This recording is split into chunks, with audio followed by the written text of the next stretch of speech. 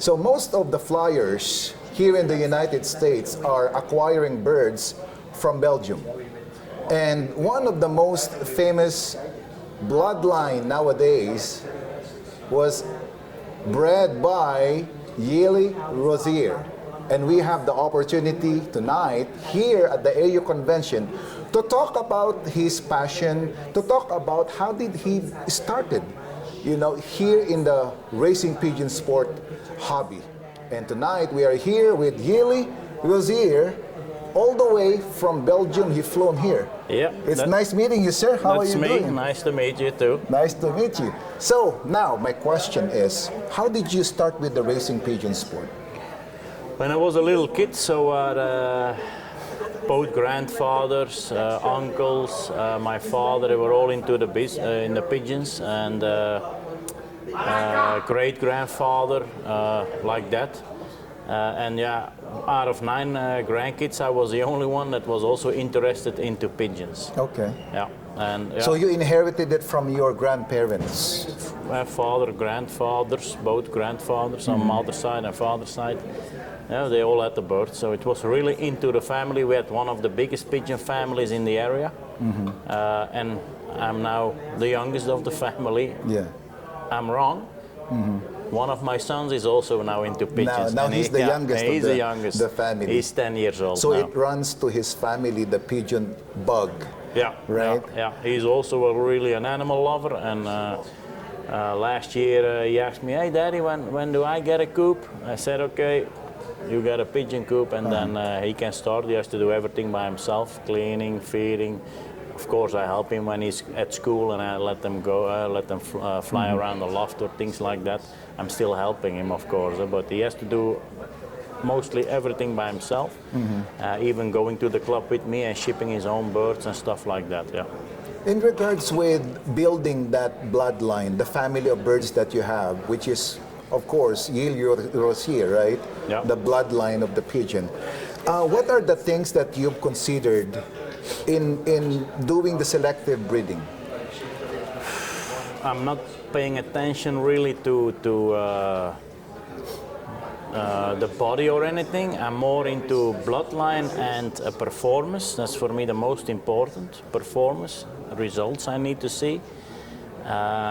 When my father won first national on La Souterraine, that's about 600 kilometers, 370 miles, something like that, with Queen L. She was first national of Belgium with the young birds, fastest against almost 20,000 pigeons. And when we won that with her, we started co-breeding with the Huben family, with Engels brothers, with Van Hove and some other good lofts in the area, because we had a good hen, but we didn't have a good cockbird.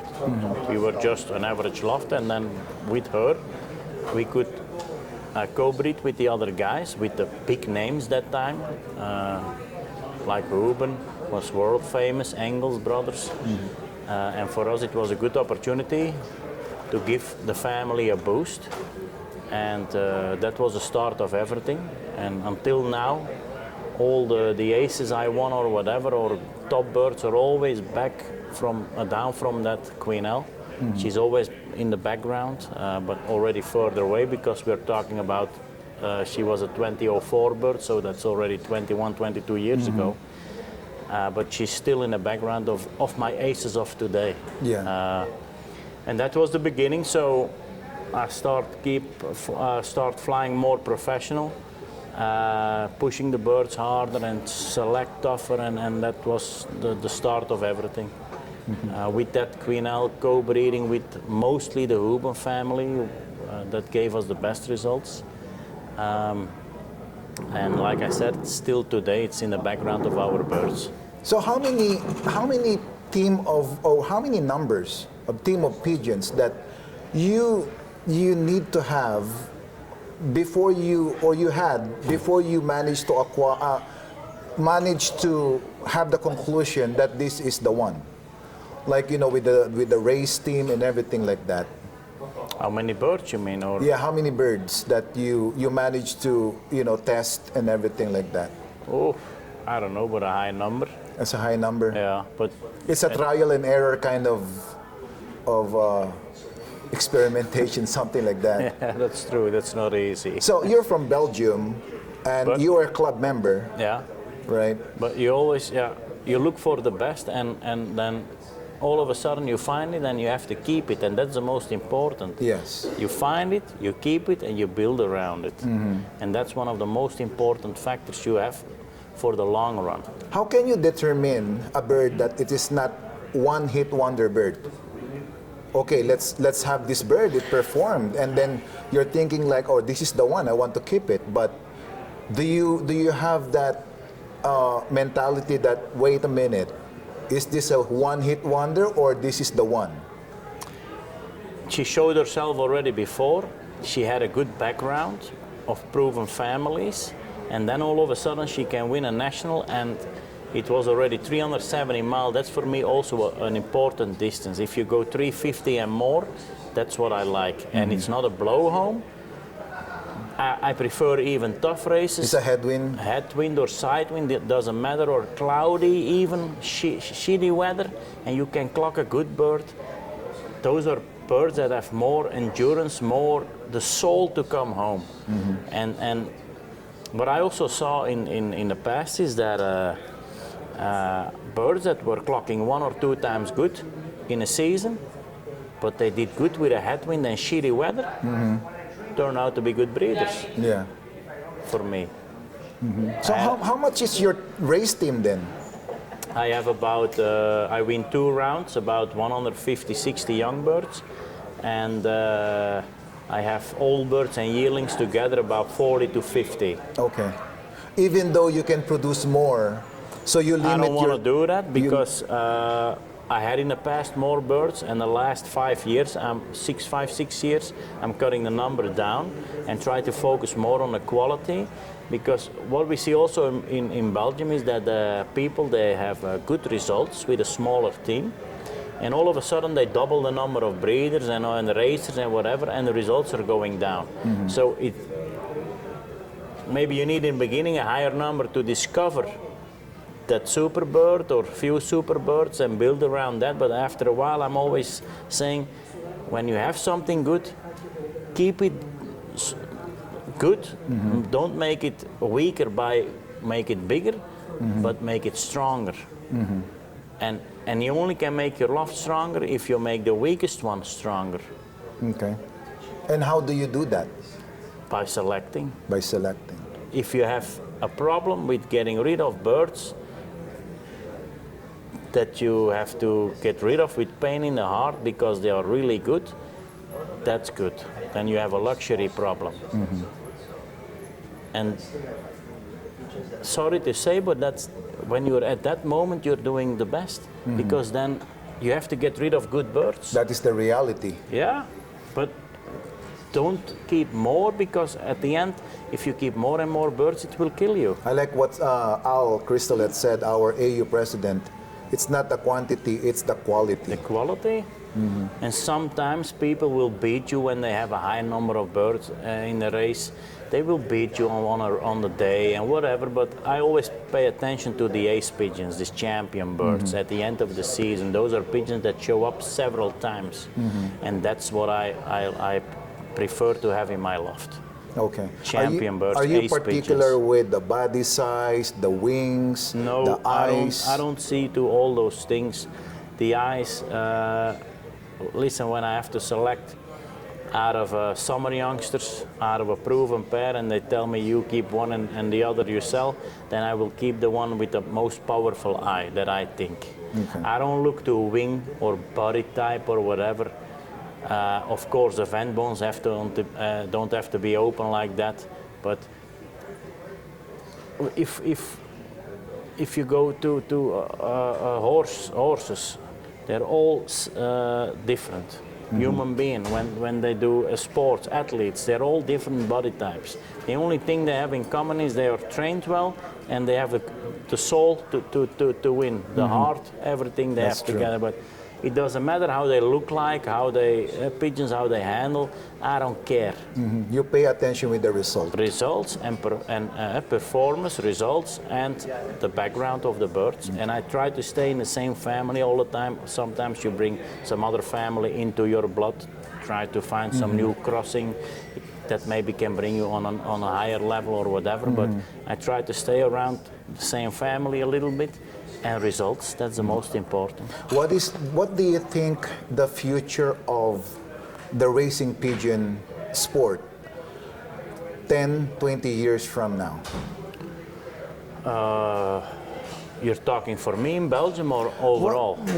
Both. In your point of view in Belgium and your point of view, because you've been here in the US multiple times, so your point of view here in the US as well. For me in Belgium, the number of members will go down. We see some young people coming into the sport.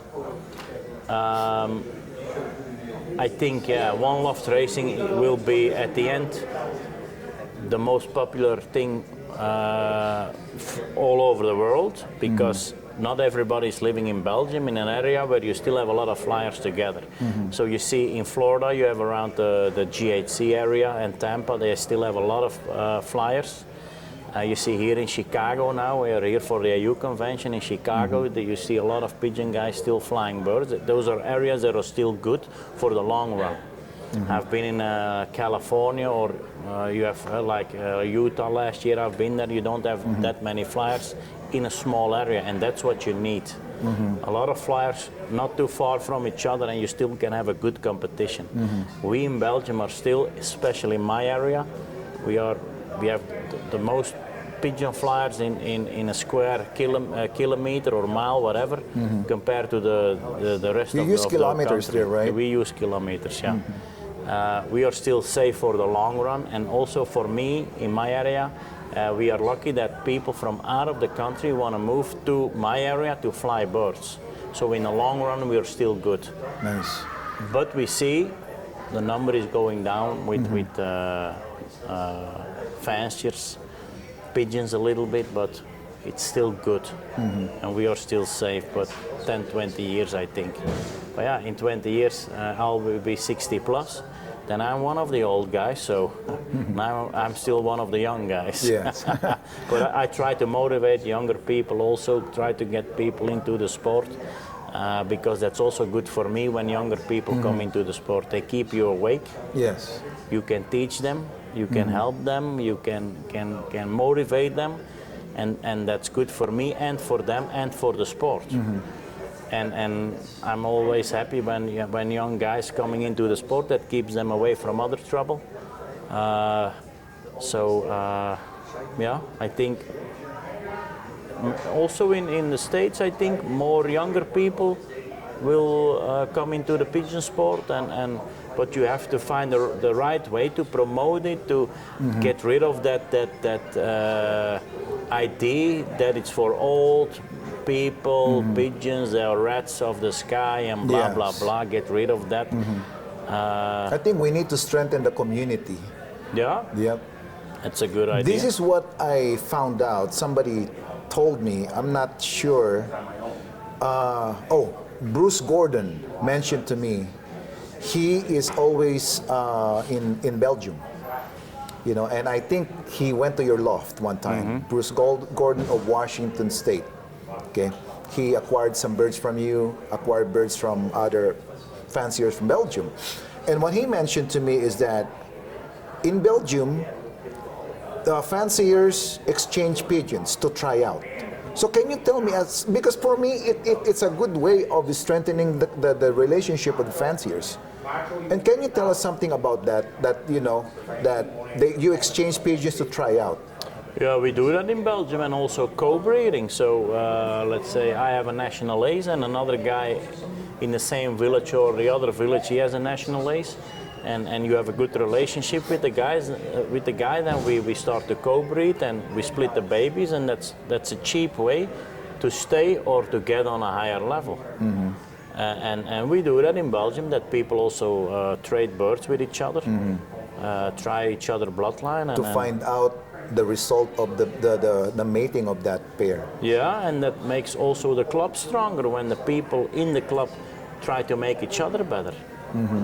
And especially like we fly national, if we do that, we make the club better on national level, but at the end we make each individual better, because we motivate each other and we help each other. So that's a good part Because for here's everybody. the thing. Pigeon racing here in the US, it's been forever also, right?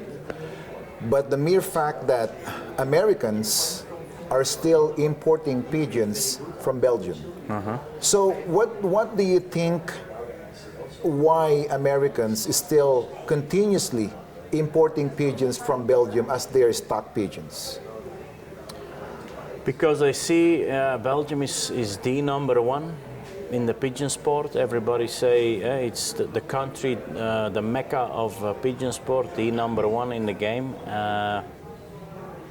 What I think is in other countries they also have good birds. It's not because we are Belgium, we are the number one. Especially the last 20, 30 years, countries, several countries, the quality got up because they got birds from us, but they start to select in their own country, so they start to create their own family. But still, yeah, when you're a pigeon guy, you're always looking for something new, and you always think the grass is greener on the other side. So that's why people have more the Eagerness to get something there. to buy something from Belgium, to get something from Belgium or from Holland or Germany, whatever, from Europe, let's say. That motivate the guy. Oh, I have something new, something special. It gives him hope, you know. I don't know if you're gonna agree with this, but Bruce Gordon answered that question really short. I said, why? But thank you for that answer. That explained a lot. But he said, Americans are crazy about pigeons, but Belgians are insane about the pigeons. Yeah, that's true. So you studied the genetics. You even have a veterinarians, right, for pigeons in Belgium. What better? Veterinarians. Oh yeah, we have Doctors more. for the pigeon. Yeah, that's true. Yeah. Because it's a big business too. For us. If you see all those brands of feeding mixtures, if you see the vets, supplements, vitamins, whatever, it's a big business. So it motivates people to make money, and the rest of the world they want to buy from our country, and they see what happened in Belgium. But on the other side, I learned a lot in the United States about road training, about motivating the birds, things like that. So how do you motivate your birds? I don't motivate, and that's what I learned in the States. That's what you learned from here. When you're born in Belgium, they give you a pacifier and a book how to motivate pigeons. That's it. In 2011 was my first time in the States, and I visited Tony Malucci from Florida, Spring Hill. And then after that first visit, I spent many times at his place. I stayed over there several nights then when I was in the States, and we had long conversations. I drove around with him, I helped him, and he would talk to me about motivating the birds. And he said it's overrated, he said to me. And the first year, in 2013, I started trying it. I separate sexes. They didn't come together, just shipping, coming home. Then they saw each other, but when I saw they closed the result in the club, when I saw it online, I separate sexes right away. I didn't motivate, I didn't do anything special. I did in the past special boxes, straw, mirrors, whatever. I tried all that shit. And I didn't do anything with the young birds until today. And the results were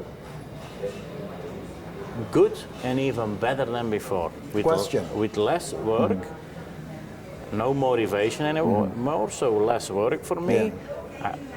You don't create stress for yourself, because when you motivate and you see a cockbird or a hen is pairing up with somebody else, and it's not with the partner you like to have, and blah blah blah, and you make yourself crazy. So it was more relaxed for me, for the birds, and I still had good and even better results. So question, young bird or old bird for the race team? Which do you prefer? We have separate categories, so we fly young birds and we fly old birds. So now I'm more into old birds too. The last few years and I like that a lot. But I like everything. Yeah. As long as they clock good, I like everything. Are you using the light system We do or the dark dark system? and we do dark and then we use the light. So you use both of them? Yeah. Here they use the light system. They cut and pull flights. We do first the dark system, and then in July we turn on the light so the days stay longer. So after the 21st of June, the longest day, the people keep the lights on to keep that long day.